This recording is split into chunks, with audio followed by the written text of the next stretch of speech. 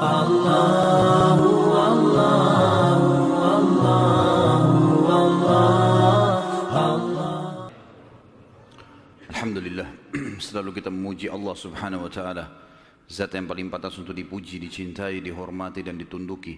Karena memang kata kuncinya la ilaha illallah, la ma'buda bihaqqin illallah. Tidak ada Tuhan yang berhak disembah di langit dan di bumi kecuali Allah.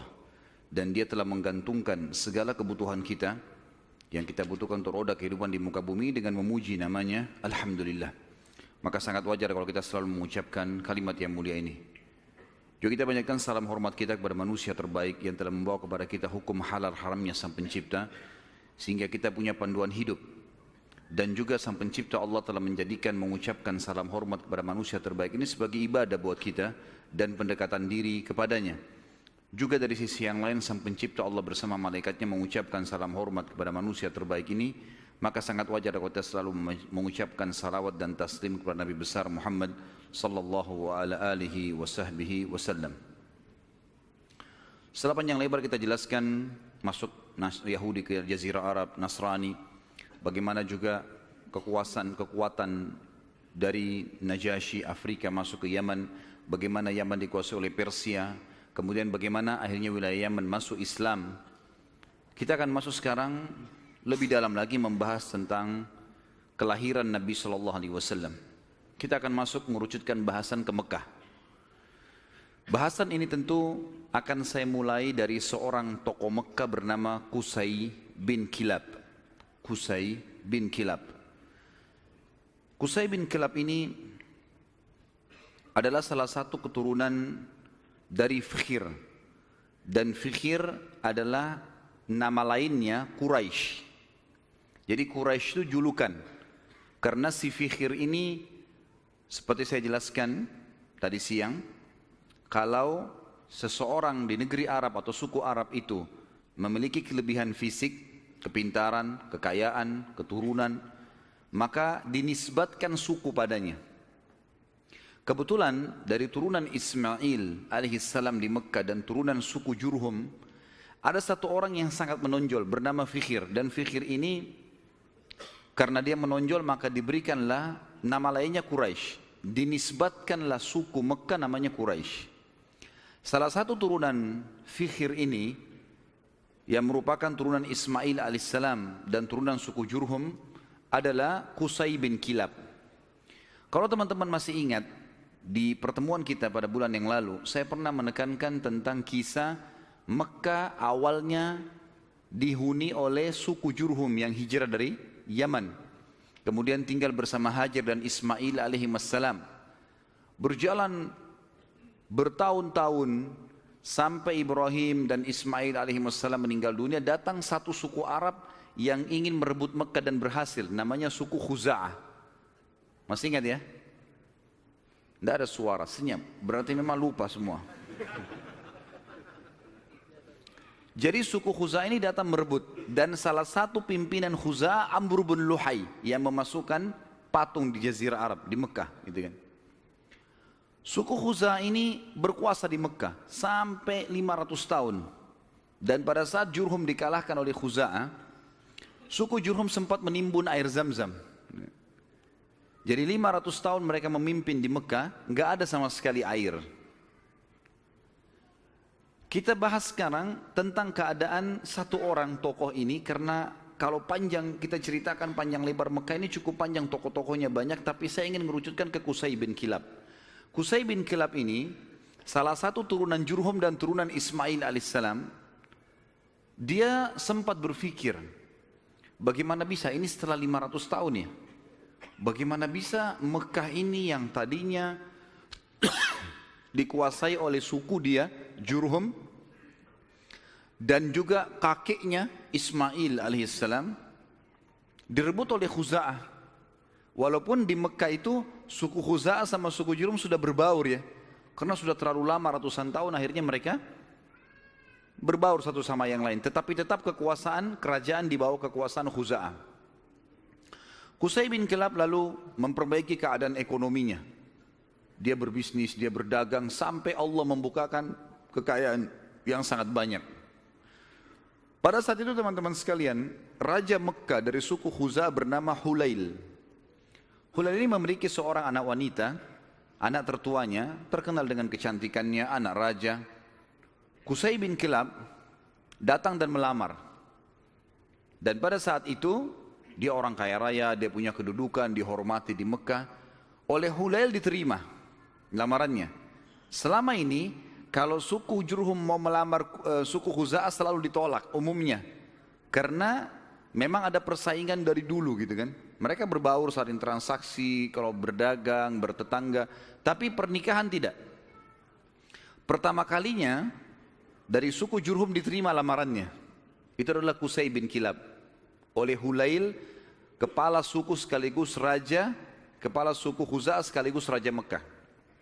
Pada saat dia menikah dengan anaknya Hulail, Qusay ini menunjukkan yang terbaik, ya. Dia patuh, dia bantu mertuanya dan seterusnya, sampai mertuanya meninggal. Waktu mertuanya meninggal, Qusay menjalankan misinya. Dia lalu mengiklankan dan menobatkan diri menjadi raja Mekah pengganti mertuanya. Orang-orang yang dari suku Khuza'ah menolak. Bagaimana bisa kau jadi raja? Raja jelas dari Khuza'ah. Kamu dari Jurhum. Enggak boleh gitu. Maka pada saat itu terjadi perseteruan. Sampai akhirnya Qusay meminta pertolongan dari orang-orang sesuku dengan dia dari Jurhum, dan Khuza'ah juga berkumpul. Akhirnya terbentuk dua pasukan dan terjadi peperangan besar di Mekah. Pertumpahan darah yang sangat besar dan banyak sekali korban pada saat itu. Pada saat mereka melihat korban banyak sekali teman-teman sekalian, maka tokoh-tokohnya termasuk Qusay bin Kilab dan anak-anaknya Hulail yang merupakan ipar-ipar dari Qusay sendiri, mereka akhirnya sepakat, kita harus ada penengah nih yang mengambil hukum supaya dijelas siapa yang memimpin Mekah. Maka mereka akhirnya sepakat menunjuk satu orang yang dituakan di Mekah pada saat itu, dan memang umurnya sudah sangat tua. Orang ini namanya Ya'mur bin Auf. Ya'mur bin Auf, dia ditunjuk oleh orang-orang Quraisy dari Jurhum dan juga ditunjuk oleh orang-orang Khuza'ah, nunjuk, dan diambillah sumpah atas nama Allah, apapun keputusan Ya'mur harus diterima. Baiklah, Ya'mur pada saat itu umurnya 120 tahun, orang yang sangat tua dan dituakan sekali, dihormati. Datang lalu mendudukkan Qusay dan anak-anaknya Hulail. Lalu mulailah ditanya oleh Ya'mur, wahai Qusay, apa alasan anda membentuk pasukan mau merebut Mekah dari keturunan mertua anda ini, apa sebabnya? Maka Qusay mengatakan, semua kita ini tahu kisah Mekah ini berawal dari kakek saya yang bernama Ismail, dan Ismail seorang nabi. Ismail menikahi suku Jurhum, anak kepala suku Jurhum, dan itu turunan kami. Kami yang membentuk komunitas di Mekah, kami yang membentuk ekonominya, kami yang membangun Ka'bah, kami yang semuanya disebutkan. Sementara Qusay menyebutkan ini,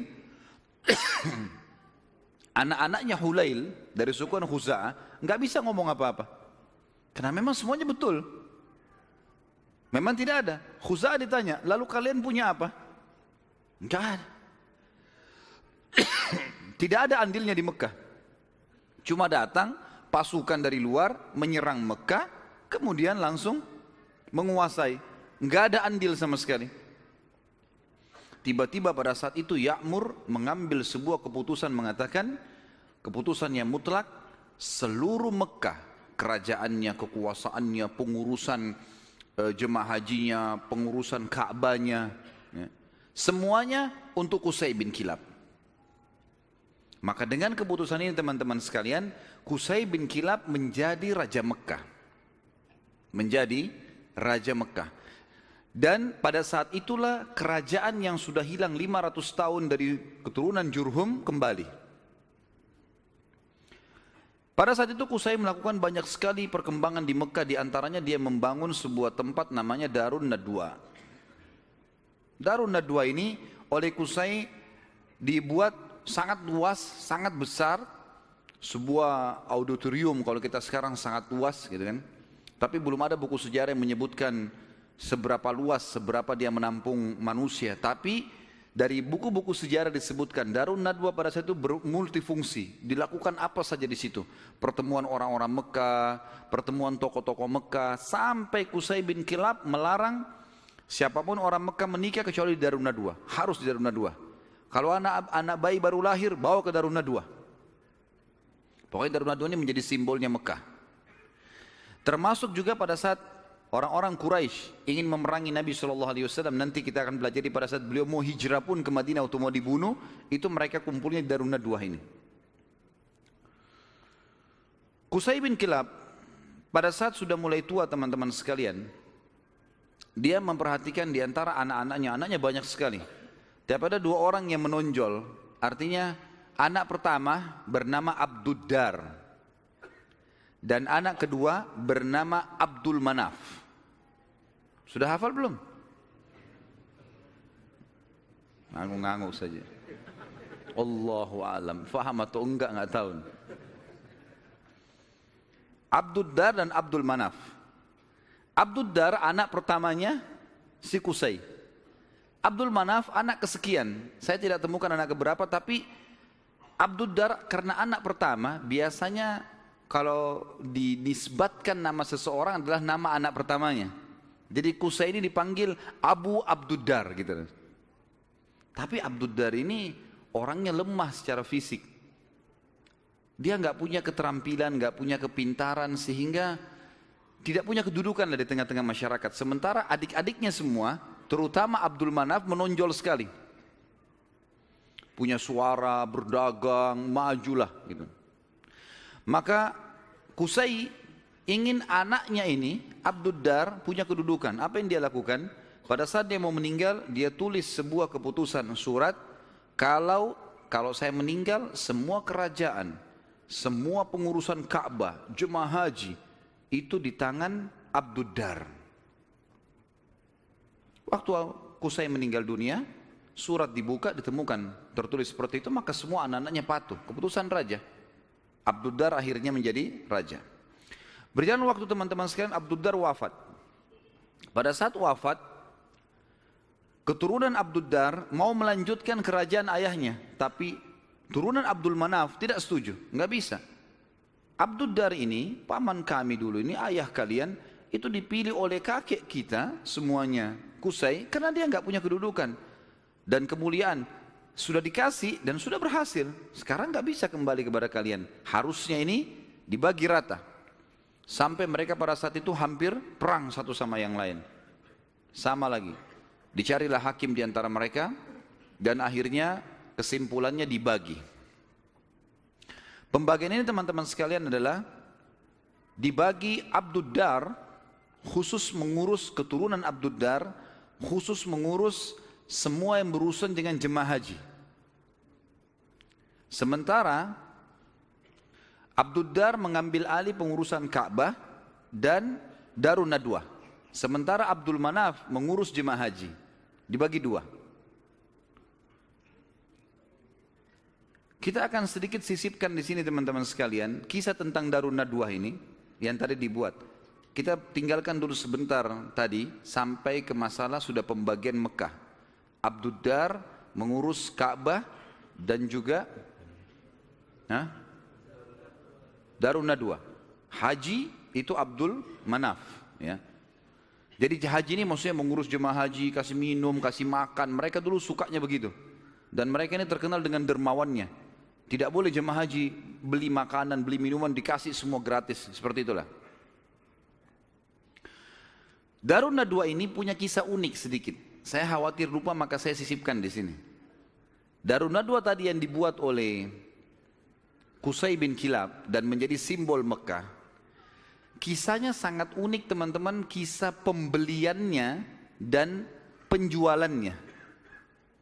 Jadi ada satu orang nanti jadi sahabat Nabi namanya Hakim bin Huzam radhiyallahu anhu. Sebelum masuk Islam, Hakim bin Huzam ini suka mabuk. Masih di Mekah di masa jahiliyah. Dia bersahabat dekat dengan pemegang kuncinya Darun Nadwa. Jadi yang bertanggung jawab. Dari turunan Abdiddar. Waktu lagi mabuk sama-sama, si pemilik kunci ini mabuk luar biasa sampai nggak sadar sudah. Si Hakim bin Huzam bilang, kau mau jual nggak Darun Nadwa dengan saya? Kata temannya lagi mabuk, iya saya jual. Berapa harganya? Kata si mabuk ini bilang, dengan sekendi khamr. Kasih saya sekendi khamr, ambil Darun Nadwa. Hakim pada saat itu, dia tidak semabuk temannya nih.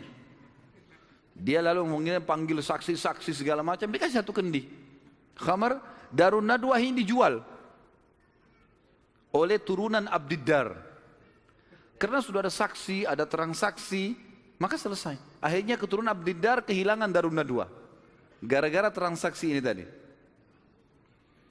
Ini Darun Nadwa teman-teman sekalian terus di tangan Hakim bin Huzam sampai beliau masuk Islam. Nabi SAW biarkan saja. Di zaman Abu Bakar dia masih hidup, zaman Umar, zaman Uthman, zaman Ali. Sampai di zaman kekhilafaannya Muawiyah radhiyallahu anhu majma'in, dinasti Umayyah yang pertama berdiri. Muawiyah anaknya Abu Sufyan. Abu Sufyan dulu tokoh Mekah kan gitu. Radhiyallahu anhu majma'in, karena Abu Sufyan juga sempat masuk Islam di pembebasan kota Mekah. Maka pada saat itu Hakim bin Huzam di zaman Muawiyah menjual Darun Nadwa. Dijual sama dia dengan harga 100.000 dinar. Mahal sebenarnya. Tapi Darun Nadwa ini kedudukannya besar di Quraisy. Muawiyah bilang, menghardik dia, hai Hakim, ngapain kau jual Darun Nadwa dengan harga 100.000 dinar? Itu bisa tidak ada nilainya. Peninggalan dari Qusay bin Kilab, gitu kan? Raja pertama Mekah setelah 500 tahun ditinggalkan oleh Jurhum, gitu. Maka kata Hakim radhiyallahu anhu, wahai Amir Mukminin, sekarang kita sudah Muslim. Penilaian mulia dan bukan mulia itu bukan dari peninggalannya Qusay bin Kilab, tapi kita pengikut Nabi Muhammad SAW. Dan saya dulu demi Allah membelinya dengan sekendi khamr. Sekarang 100.000 dinar banyak sekali. Dan Anda menjadi saksi bersama dengan seluruh muslimin yang ada di sini, kalau 100.000 dinar ini saya sedekahkan di jalan Allah. Kisahnya begitu. Jadi kisah Darun Nadwa, karena tadi kita sempat singgung, ada proses pembelian lepas dari tangan keturunan Abdiddar dan bagaimana proses penjualannya setelah itu. Tentu sekarang sudah tidak ada semuanya ini, tapi ini kisah pada saat itu. Baik, kita kembali teman-teman sekalian ke kisah kita. Abdul Manaf, tadi kan Abdiddar sama Abdul Manaf. Sekarang Abdiddar sudah kita sebutkan, diantaranya mereka menguasai Ka'bah dan Darun Nadwa. Dan sudah dijual, tinggal Ka'bah, perawatan Ka'bah, kiswahnya segala macam urusan mereka. Abdul Manaf bertanggung jawab tentang jemaah haji, kan itu. Abdul Manaf ini teman-teman sekalian punya seorang anak bernama Hashim. Hashim ini punya anak bernama Syaibah. Garis bawahi nama Syaibah ini. Tadi sudah makan siang belum ini? Banyak nama yang harus dihafal nih. Kita kerucutkan bahasan tentang Abdul Manaf punya anak namanya Hashim. Hashim punya anak Syaibah. Garis bawah Syaibah ini. Kita akan bahas Syaibah ini.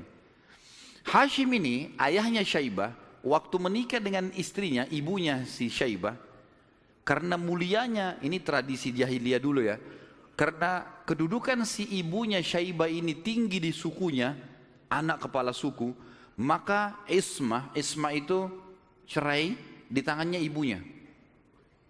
Ibunya bisa menceraikan suaminya, hukum dulu.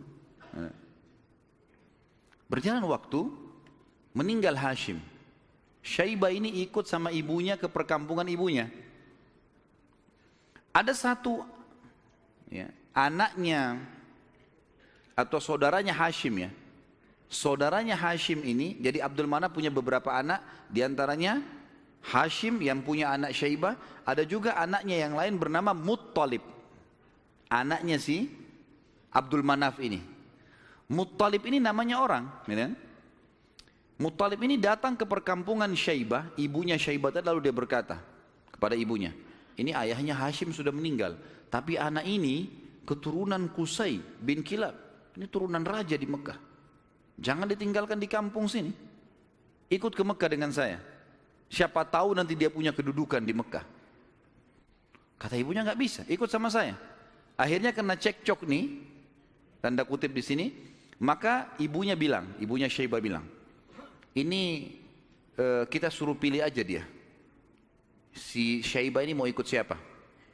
Nanti kalau saya sebutin julukannya Syaibah ini baru antum bilang, oh iya itu orangnya. Kata si ibunya, pilih aja, Syaibah suruh milih. Dia mau tinggal sama saya di sini atau ikut sama anda ke Mekah? Lalu Muttalib tanya di depan ibunya, hai Syaibah, ikut sama saya ke Mekah atau kamu tinggal sama ibumu? Kata Syaibah, saya ikut sama paman saya, ikut ke Mekah. Maka masuklah, pergilah ke Mekah. Waktu itu Muttalib ini naik unta, dia membonceng di belakangnya Syaibah. Muttalib ini teman-teman dikenal di Mekah suka beli budak, ya. Maka waktu setiap hari dia datang masuk Mekah bawa budak baru. Waktu Syaibah dibonceng oleh pamannya Muttalib ini, orang-orang Mekah kira si Muttalib beli budak baru. Maka mereka bilang, Muttalib baru beli budak, di belakangnya Abdul Muttalib. Berarti hambanya si Muttalib nih. Sudah tahu nama Syaibah siapa? Yang antum kenalkan selama ini Abdul Muttalib. Namanya dia Syaibah. Jelas? Baik. 3 orang yang jawab, nggak apa-apa lah. Nasib, saya sudah teriak-teriak tapi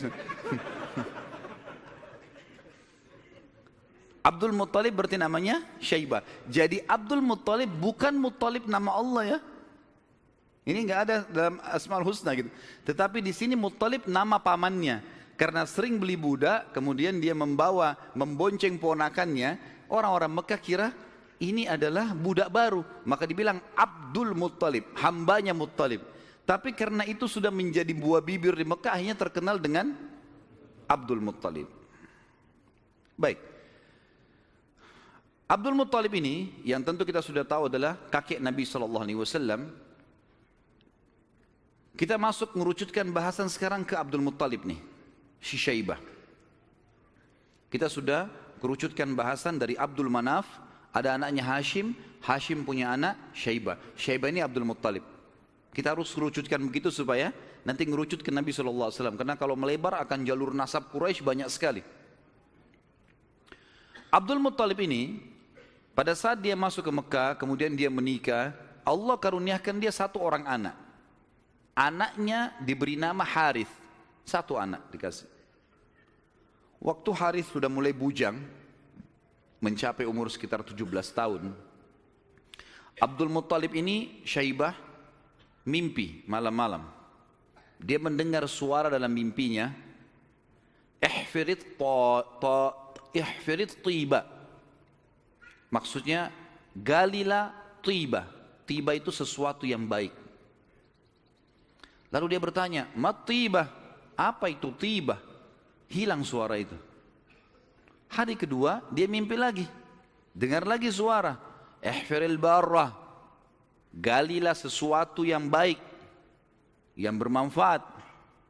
Dia tanya, mal barrah? Apa itu barrah? Yang baik itu apa? Hilang lagi suara itu. Hari ketiga dia mimpi lagi, ihfiril madmunah. Gali sesuatu yang terjamin. Dia tanya, mal madmunah? Apa itu madmunah? Hilang lagi. Hari keempat baru dia mimpi dan dia dengar ihfiriz zamzam. Galilah zamzam itu. Zamzam ini di zaman itu cuma seperti sebuah histori lama, kenangan. 500 tahun tidak ada sumur zamzam, hilang. Jadi selama Khuza'ah berkuasa teman-teman sekalian di Mekah, mereka selalu mendatangkan air dari luar, beli mahal dari luar Mekah, sumur-sumur di luar Mekah. Abdul Muttalib ini pernah dengar kalimat Zamzam, penasaran dia. Terus dia tanya, dalam mimpi dia tanya, Mas Zamzam, apa itu Zamzam? Lalu keluarlah suara itu mengatakan, dan dia dengar pada saat itu ya, kalau dalam buku-buku sejarah disebutkan, La tanzifu abada, sesuatu yang tidak akan pernah rusak. Wala tarum, juga ya, sesuatu yang selalu bersih dan tidak akan pernah rusak. Tasqil hajijal a'zam, engkau akan memberikan dengannya air para jemaah haji. Dikatakan wahia bainar rafthi wad dam, tempatnya air zam-zam itu berada di antara rafath. Rafath itu bisa berarti busanya darah, atau memang darah yang bercampur, busa yang bercampur dengan darah, atau memang busa air biasanya. Jadi dikatakan sini ciri-cirinya adalah tempat zam-zam itu ada darah yang bercampur dengan rafath, dengan busa, kemudian bercampur sama tanah. Lalu dikatakan lagi dalam mimpinya, inda naqratil gurabil a'sam, di bawah patokannya burung gagak yang memiliki warna keputih-putihan. Inda qaryatin naml, di atas atau di sekitar sarang semut. Seperti itu dalam mimpinya. Maka Abdul Muttalib bangun pagi-pagi, penasaran dia dengan mimpi ini. Dan dia tahu mimpi ini gak mungkin main-main. 3 hari, 4 hari berturut-turut. Kemudian dia disuruh gali, dia bawa cangkulnya, datang di sekitar Ka'bah.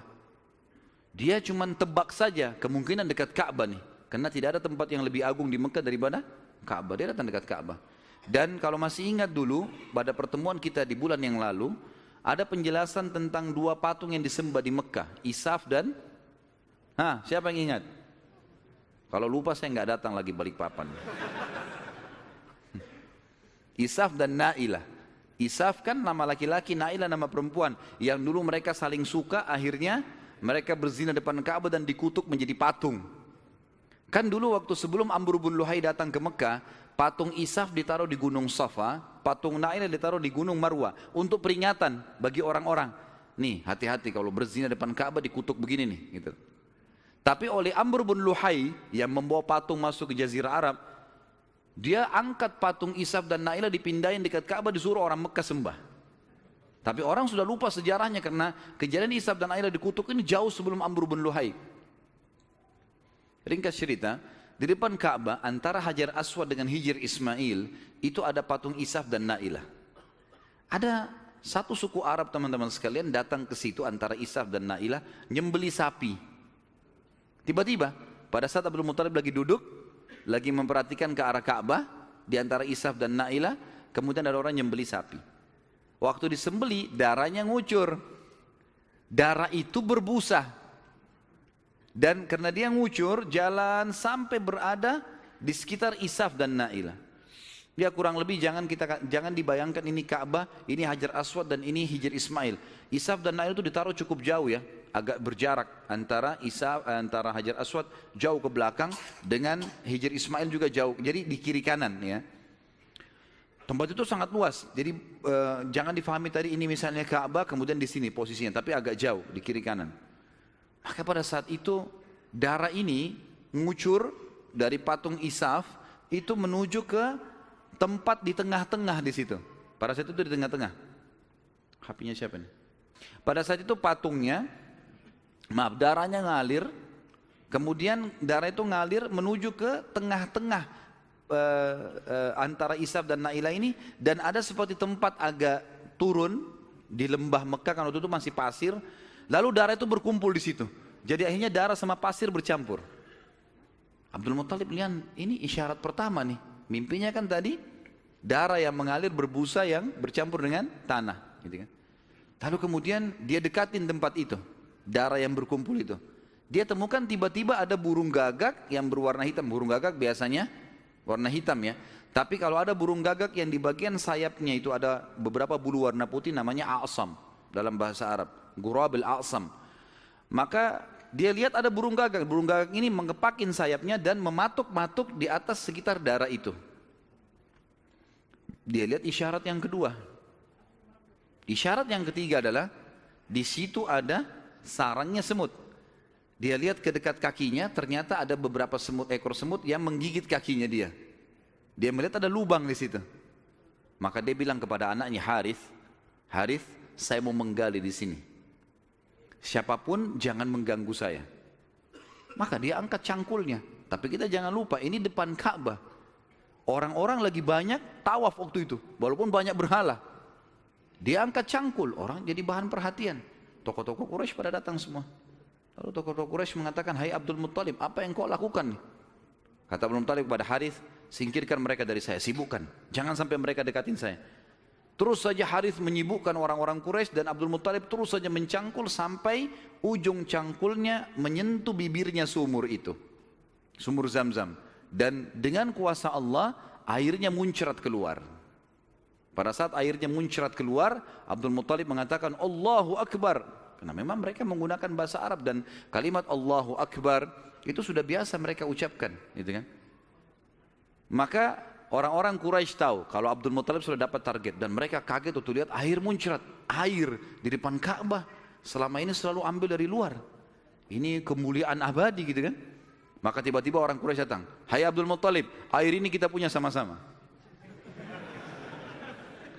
Kata Abdul Muttalib, dari mana sama-sama? Saya mimpi, saya yang cangkul, saya yang dapat. Dari mana kalian punya sama-sama nih? Ribut nih. Abdul Muttalib bilang, ini punya saya. Quraisy bilang enggak, dikeroyokin Abdul Muttalib pada saat itu. Ribut, akhirnya mereka sepakat panggil hakim lagi. Ini hakimnya nih, cari penengah. Bagaimana caranya supaya ini bisa ditengahi, gitu kan? Insya Allah masalah ditengahi ini kita lanjutkan habis salat Isya. Subhanakallahumma bihamdika asyhadu an la ilaha illa anta astaghfiruka wa atubu ilaik. Wassalamualaikum warahmatullahi wabarakatuh. Assalamualaikum warahmatullahi wabarakatuh. Alhamdulillah, wassalatu wassalamu ala Rasulillah. Kita lanjutkan bahasan kita. Akhirnya Abdul Muttalib setelah menemukan sumur Zam-Zam, orang-orang Quraisy tetap menuntut untuk dibagi. Dan Abdul Muttalib bertahan. Nggak bisa nih. Saya mimpi, saya yang gali, saya yang temukan. Gimana kalian merasa punya hak di situ? Ribut, akhirnya dicarilah penengah. Dan pada saat itu mereka tidak lagi ke Ya'mur, tapi mereka pergi ke dukun Bani Sa'idah. Ada satu dukun wanita di Madinah, waktu itu disegani. Dan memang pada saat itu dukun-dukun ini luar biasa pengaruhnya. Pergilah Abdul Muttalib bersama dengan tokoh-tokoh Quraisy. Saya tidak temukan jumlah mereka berapa orang, tapi yang jelas mereka semuanya pergi ke sana. Tiba di kota Madinah, ternyata dukun tersebut pergi ke Khaybar. Wilayah lain, nanti akan ada bahasan masalah Khaybar, tapi yang jelas pergi ke Khaybar. Abdul Muttalib sepakat dengan teman-temannya, kejar aja tuh, kita ke Khaybar. Antara Madinah sama Khaybar cukup jauh dan ada padang pasir yang luas sekali. Mereka belum pernah ke Khaybar sebelumnya, jadi masih menerka-nerka jalan. Di tengah jalan mereka kehabisan air. Mau balik ke Madinah jaraknya jauh. Mau menuju ke Khaybar belum jelas tujuannya. Air habis. Panas lagi sangat terik pada saat itu. Mereka bermusyawarah, kira-kira bagaimana jalan keluarnya nih? Akhirnya orang-orang Quraisy selain Abdul Muttalib sepakat mengatakan, kayaknya kita pasti mati nih. Nggak ada air. Kembali ke Madinah bisa mati tengah jalan, menuju ke Khaybar juga nggak jelas bisa mati tengah jalan. Ya sudahlah, kita pasti mati, lebih baik kita gali kubur saja. Riwayatnya begitu, kisahnya begitu. Gali kubur. Dari sekian orang ini, nanti setiap siapa yang mati duluan dikubur oleh temannya. Minimal nanti ada satu orang yang tidak tertutup kuburannya, yang lain semua tertutup. Akhirnya mereka pada gali kuburan, kecuali Abdul Muttalib nih. Abdul Muttalib bilang ini bukan ide yang tepat nih. Masa kita menyerah? Lebih baik coba kita cari jalan. Teman-temannya bilang percuma mau kemana? Abdul Muttalib naik ke atas untanya. Begitu untanya bergerak, dari pijakan kakinya untanya Abdul Muttalib keluar muncrat air di padang pasir itu. Keluar mata air. Lalu Abdul Muttalib melihat, dia turun dari untanya, dia minum airnya, untanya dikasih, lalu diajak teman-temannya, ayo nih ada air minum. Teman-temannya heran, di padang pasir ada air. Maka akhirnya mereka sepakat mengatakan, demi Allah yang telah memberikan, demi Allah sungguh ya, yang telah memberikan air kamu di sini, Allah Subhanahu wa taala, dialah yang telah memberikan kamu air Zam-Zam. Zam-Zam punya kau, hai Abdul Muttalib. Gara-gara ini akhirnya Zam-Zam jadi miliknya Abdul Muttalib. Dan Abdul Muttalib keturunan dari Abdul Manaf. Sementara memang dasarnya Abdul Manaf tadi sudah saya jelaskan, mereka bertugas memberikan makanan dan minuman jemaah haji. Sehingga sekarang mereka tidak perlu lagi mengambil air dari luar, tapi mereka sudah punya mata air Zam-Zam. Dan sebagian ahli sejarah menanggapi mengatakan, Allah yang maha tinggi dan maha pemurah memudahkan mata air Zam-Zam ditemukan kembali oleh Abdul Muttalib, karena memang suku ini dari turunan Abdul Manaf bertugas untuk memberikan minum dan makan jemaah haji. Maka karena itu Allah Subhanahu wa taala kasih. Makanya tadi dalam salah satu perkataan dan pernyataan dalam mimpi, Taski Hajijal A'zam, engkau akan memberikan minum jemaah haji yang banyak, gitu kan. Jadi bukan karena Abdul Muttalibnya, tapi karena memang waktu itu diberikan untuk jemaah haji umumnya. Baik, baliklah Abdul Muttalib ke Mekah, dan akhirnya pada saat itu Abdul Muttalib dinobatkan secara tidak langsung sebagai Raja Mekah. Kenapa saya katakan tidak langsung? Karena pada saat itu Quraisy sepakat di Mekah itu semua kepala suku bisa memimpin. Bisa memimpin. Tidak harus fokus ke turunan Abdul Manaf atau Abdul Dar, tapi mereka Abdul Manaf Abdul Dar ini mereka yang memegang Ka'bah, memegang urusan haji dan jemaah haji, minum dan makannya ini. Tapi pasukan segala macam ini boleh dari mana saja. Tapi dengan kejadian Abdul Muttalib menemukan air Zam-Zam, maka terkerucut lagi masalah orang-orang Mekah. Karena tadi setelah Abdul Dar meninggal, kan kita sudah bilang tadi, kan pecah ya. Abdul Dar kan jadi raja pengganti ayahnya Qusay.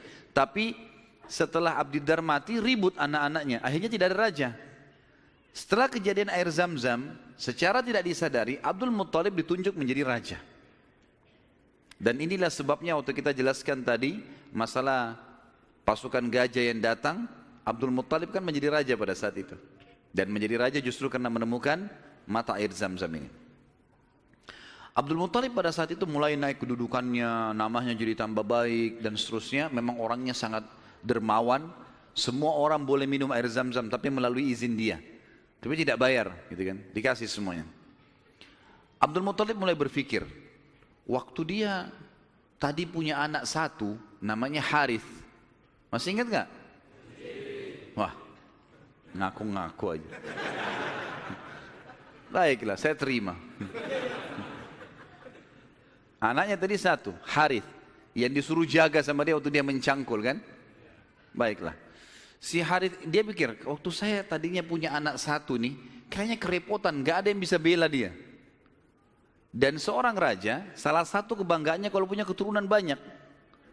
Maka dia pada saat itu berazam, bernazar ya, kalau Allah memberikan dia anak laki-laki yang banyak, jumlahnya mencapai 10, dia akan menyembeli salah satunya, dikorbankan di depan Ka'bah untuk Allah. Gak ada dalam syariat Nabi Ibrahim alaihissalam. Ini ijtihadnya, upayanya Abdul Muttalib. Subhanallah, berjalan waktu, istrinya melahirkan, punya anak 16. Anaknya Abdul Muttalib 16, 10 laki-laki, 6 perempuan. Laki-laki yang 10 ini, yang paling pertama tentu ada namanya Harith ya. Kemudian ada, jadi dari 10 ini kita bagi 6 ini meninggal sebelum masa kenabian, 4 mendapatkan masa kenabian. Dari 10 anak Abdul Muttalib yang laki-laki, ada 6 yang meninggal sebelum fase kenabian, sebelum penobatan Nabi SAW menjadi Nabi. Ini paman-paman Nabi semua ya. Dan ada 4 yang mendapatkan fase atau masa kenabian.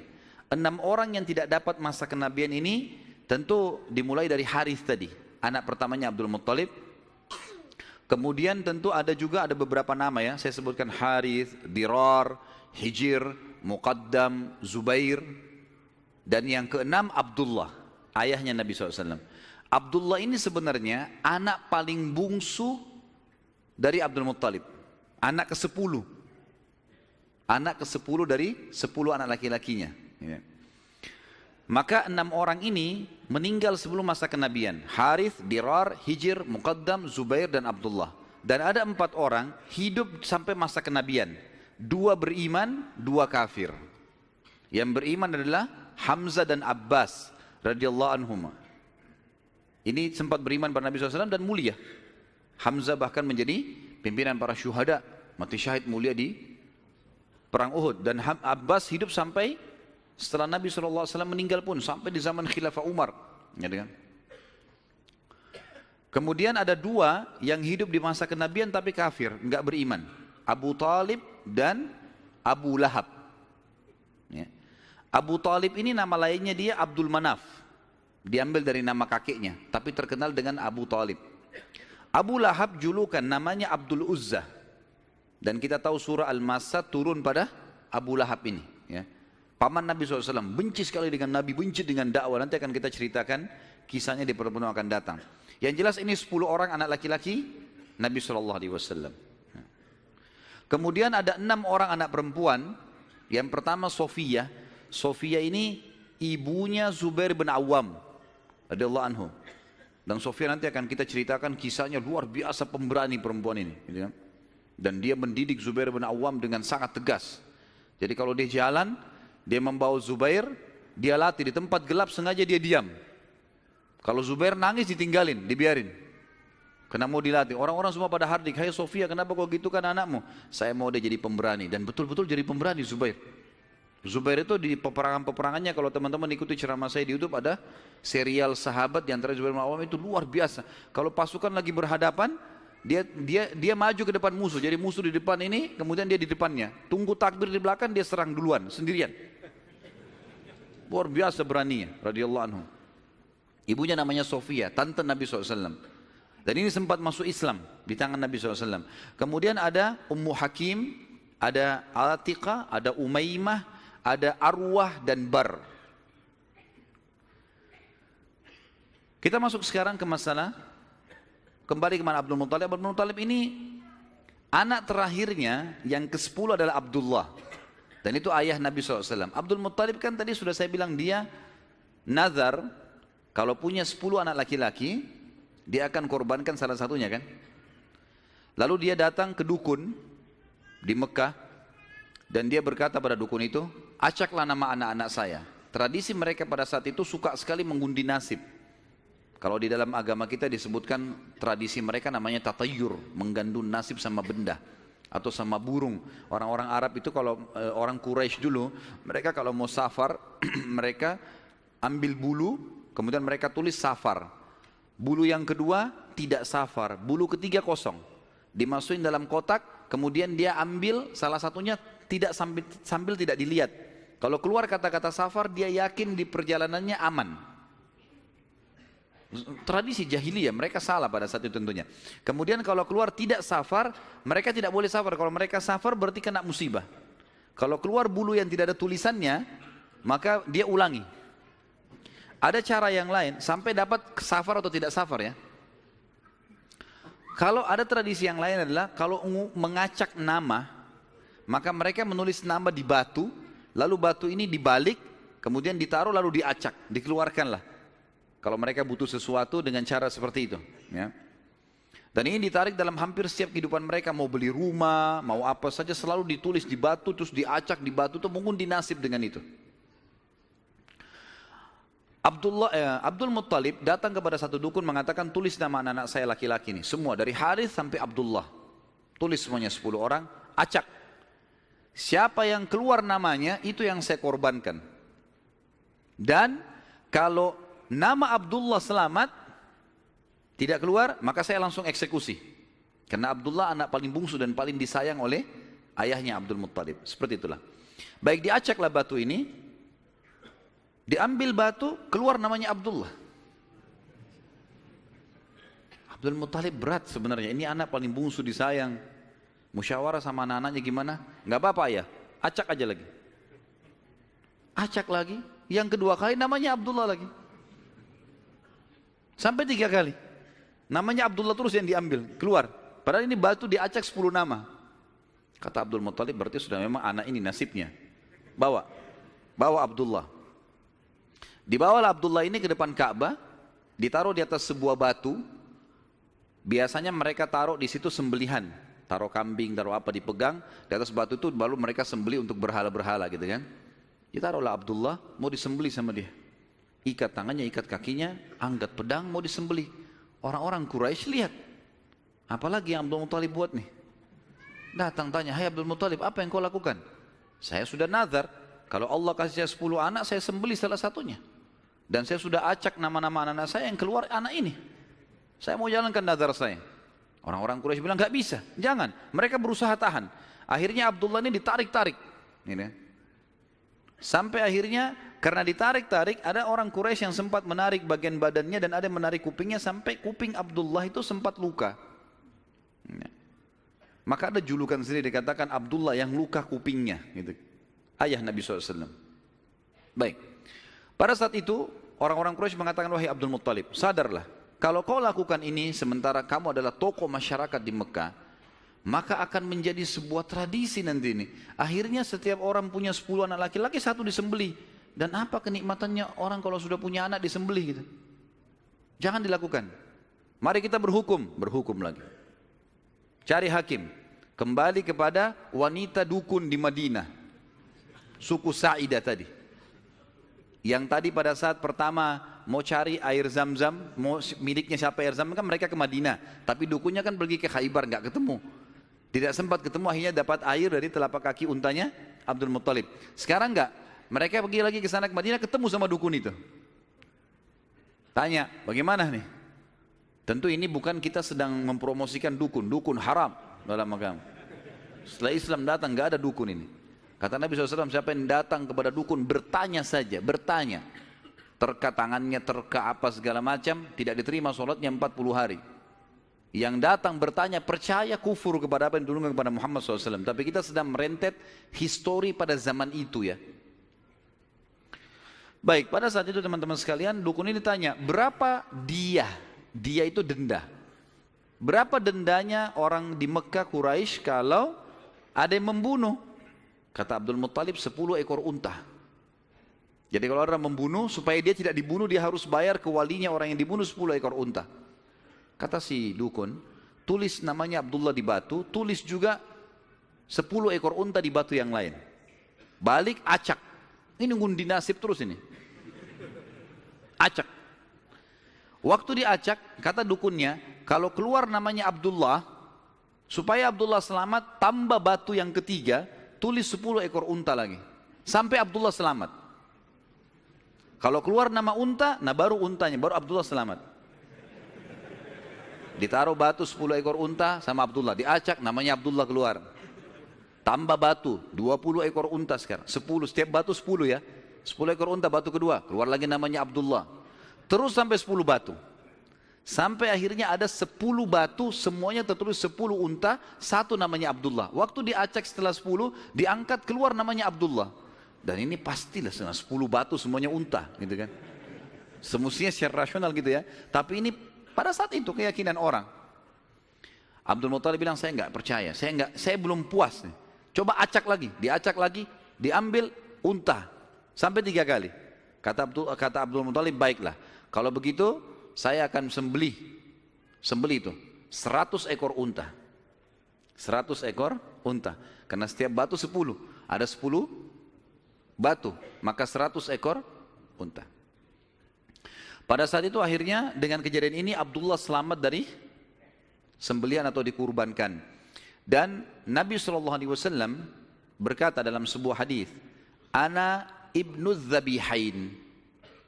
Saya keturunan dari 2 orang yang hampir disembelih.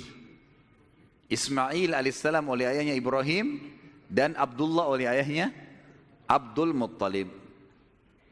Baik, berjalan waktu teman-teman sekalian, Abdullah tumbuh besar dan mulai menjadi seorang pemuda yang cerdas, yang pintar, membantu ayahnya. Maka oleh Abdul Muttalib dinikahkan, dan dinikahkan oleh seorang wanita yang bernama Aminah. Dan Aminah dari turunan Abdul Manaf juga, jadi satu jalur, masih sepupu dengan Abdullah. Hanya saja dari Aminah ini, dari paman-pamannya Aminah itu dari penduduk asli Madinah, dari Aus dan Khazraj, dari suku Ansar di Madinah. Maka Nabi SAW di sini memiliki jalur dari 2 kota suci, Mekkah dan Madinah. Pada saat sudah selesai melahirkan, baru menikah, beberapa hari kemudian ada tanda-tanda kehamilan di Aminah. Kemudian Aminah pun sempat melihat di dalam mimpinya pada saat akan melahirkan atau pada saat hamil besar, melihat dalam mimpinya ia bermimpi bayi dalam kandungannya ini menyebarkan cahaya, dan cahaya itu menyebar ke seluruh muka bumi. Sebagian athar menyebutkan sampai ke Busra. Busra ini wilayah Irak sana, wilayah Persia gitu. Dan dia juga mimpi mengucapkan dalam mimpinya kalimat u'idzuhu billahil azim min kulli syarrin wa min kulli ainin wa min kulli hasid. Wa min kulli hasid. Tidak ada kata-kata ainnya. Artinya aku berlindung kepada Allah yang Maha Agung untuk bayi ini dari semua keburukan dan iri dengki orang lain. Berjalanlah hamil tersebut. Pada saat berumur beberapa bulan, ada sebagian ahli sejarah menyebutkan sekitar 6 bulan hamilnya Aminah di Nabi SAW dalam kandungan beliau, maka meninggallah Abdullah. Maka Nabi SAW jadi yatim sebelum lahir. Setelah itu Nabi SAW lahir, yang paling banyak dinukil oleh para ahli sejarah 12 Rabiul Awal di tahun gajah. Sudah kita sebutkan tadi, tahun gajah kejadian Ashabul Fil, dan tepatnya 50 hari setelah kejadian gajah itu, penghancuran gajah, 50 harinya disitulah lahir Nabi sallallahu alaihi wasallam. Ada yang perlu kita sebutkan teman-teman sekalian, walaupun sebenarnya menyebutkan ini bukan berarti Nabi SAW membutuhkannya, tidak sama sekali. Nabi SAW jauh lebih mulia daripada tanda-tanda ini. Tapi pada saat beliau lahir, ternukillah di Mekah, di Madinah, beberapa kejadian yang memang ahli sejarah angkat. Yang pertama, kejadian yang unik pada saat Nabi SAW lahir adalah terlihatnya bintang Ahmad namanya. Apa itu bintang Ahmad? Orang-orang Yahudi yang ada di Madinah itu meyakini kalau Nabi terakhir yang mereka tunggu di Madinah keluar itu, kalau dia lahir akan kelihatan bintang yang mereka istilahkan dengan bintang Ahmad, dan mereka mengukir-ngukir bintang itu sesuai dengan keterangan dari Taurat. Seperti itulah pemahamannya pada saat itu. Allahu alam tentang masalah kebenaran masalah bintang ini, tapi yang jelas kebenaran bintang itu bisa dipercaya atau tidak, karena kita dalam Islam taunya bintang nggak boleh dipercaya gitu kan. Tapi ini pada saat itu dinukil oleh Hassan ibn Thabit radhiyallahu anhu, penyair Nabi SAW. Kebetulan umurnya dia beda 7 tahun dengan Nabi SAW. Beliau mengatakan setelah masuk Islam, setelah Nabi SAW hijrah ke Madinah, beliau mengatakan pada hari Nabi SAW lahir, aku kebetulan berada di salah satu benteng Yahudi, dan naiklah di malam hari kebetulan salah satu pendeta Yahudi lalu teriak dengan suara keras, wahai Yahudi, hai sekalian kaum Yahudi, sungguh telah terlihat pada malam ini bintangnya Ahmad, dan tidak terlihat kecuali pada saat ia lahir.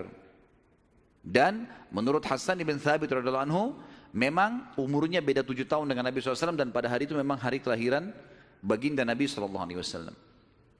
Yang kedua dinukil oleh para ulama tentang masalah kejadian-kejadian unik adalah Nabi SAW pada saat lagi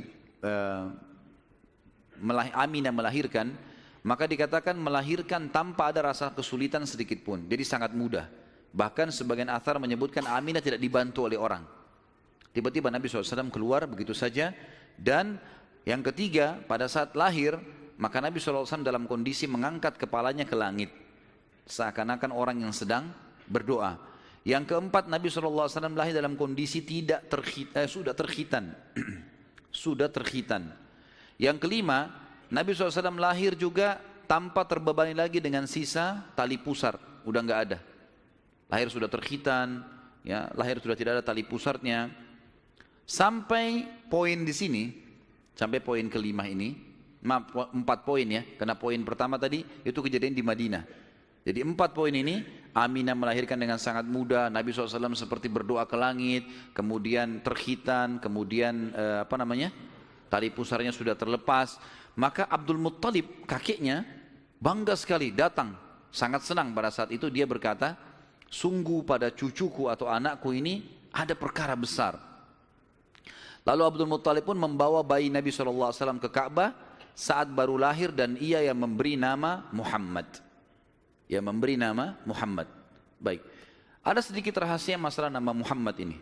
Perlu teman-teman tahu, nama Muhammad sebelum Nabi Muhammad SAW tidak dikenal oleh orang-orang Arab. Gak ada satupun orang Arab bernama Muhammad pada saat itu, belum ada. Terus dari mana nama ini? Kok Abdul Muttalib bisa berikan nama cucunya? Ada kisahnya. Jauh sebelum lahir Nabi SAW, Abdul Muttalib pernah jalan-jalan ke negeri Syam bersama dengan 3 orang sahabatnya. Yang pertama Sulaiman bin Mujazi', salah satu kepala suku di Mekah. Yang kedua Hulayla bin Hajij. Dan yang ketiga Himran bin Rabi'ah.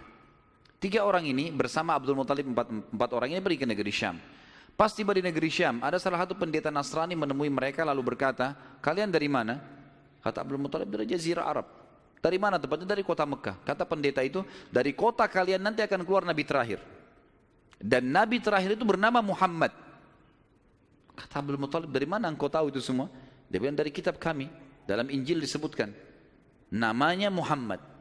Maka keempat orang ini bertekad pada saat itu untuk memberikan nama kalau mereka dikaruniai anak setelah itu atau cucu, Muhammad. Dan dari 4 orang ini, pada saat balik ke Mekah, orang yang pertama mendapatkan cucu laki-laki adalah Abdul Muttalib. Itulah Nabi Muhammad SAW. Maka dia pun mengangkat bayi Nabi SAW lalu keliling di dekat Ka'bah lalu mengatakan, anak ini memiliki perkara yang besar. Aku memberikan nama Muhammad. Aku memberikan nama Muhammad. Terus dia mengucapkan kalimat itu. Kemudian selanjutnya teman-teman sekalian, yang keenam adalah goncangnya istana Kisra di Persia. Dan rubuhnya 14 teras istananya. Jadi ada teras-terasnya istana itu rubuh semua tanpa sebab. Rusak semuanya. Pada saat melihat kejadian tersebut, Kisra sempat khawatir. Lalu dia bertanya kepada para peramal-peramalnya lah, dukun-dukunnya segala. Maka mereka pun menjawab, goncangnya istana disebabkan karena hari ini lahir seseorang nabi. Dan runtuhnya 14 teras ini menandakan terdapat 14 raja Persia. Tinggal 14 orang saja. Selebihnya sudah runtuh kerajaan ini. Maka sempat Kisra bilang, 14 raja masih lama.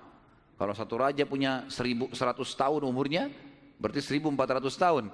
Tapi tanpa disadari oleh Kisra, para ahli sejarah muslim menukil, tanpa membenarkan ramalan ini ya, kita bukan membenarkan, karena ramalan itu semua kalaupun bertepatan karena mereka mencuri, syaitan mencuri berita dari langit, bukan karena mereka tahu, sebagaimana dijelaskan dalam ada hadits Nabi SAW.